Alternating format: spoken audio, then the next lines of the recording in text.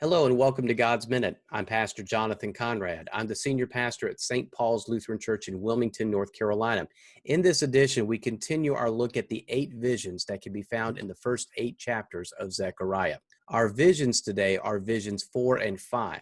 And the fourth one is my personal favorite, and I hope it becomes yours. So let's get to it.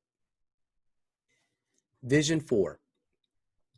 Then he showed me the high priest Joshua standing before the angel of the Lord, and Satan standing at his right hand to accuse him.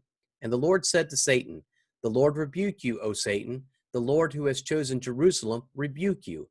Is not this man a brand plucked from the fire?" Now Joshua was dressed with filthy clothes as he stood before the angel.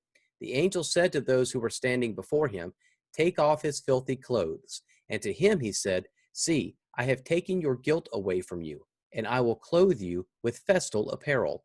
And I said, "Let them put a clean turban on his head." So they put a clean turban on his head and clothed him with the apparel, and the angel of the Lord was standing by. Vision 5.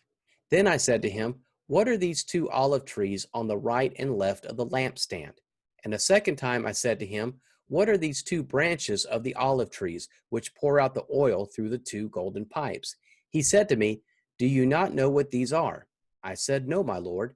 Then he said, "These are the 2 anointed ones who stand by the Lord of the whole earth."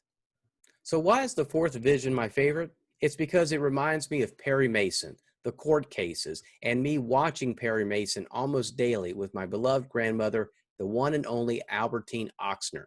And in this court case, we have Satan making an appearance, and he's doing what Satan does very well, accusing someone. This someone happens to be named Joshua. This is not the same Joshua that appears at the beginning of the Old Testament with his own book. This Joshua is the main priest for the exiles, and he becomes one of the leaders of the restoration project for the temple. The important thing to hear and read is this, that God interrupts Satan, God stops Satan. In other words, God rebukes Satan, and Satan can't do anything about it. The fifth vision, the lamp represents the eyes of the Lord, and the lampstand represents the Lord himself. The 2 anointed are Joshua and Zerubbabel, the 2 heroes of this restoration project with the temple. The image of the all-seeing eyes of God is a common one that we find throughout the Bible, and it's one that we talk about today. The eyes of God are upon us. And so we know that we are seen by God. All we do is seen by God. So my question to you today is, what is it that you are doing that you don't want God to see? And what convinced you that God does not see it? If you are ashamed of God catching you in the act, should you be doing that act in the first place? Now, I don't want to end on a bad note, but if you are feeling guilty, remember what God says in the fourth vision. God takes away our guilt. God, the judge, says guilt erased and case dismissed.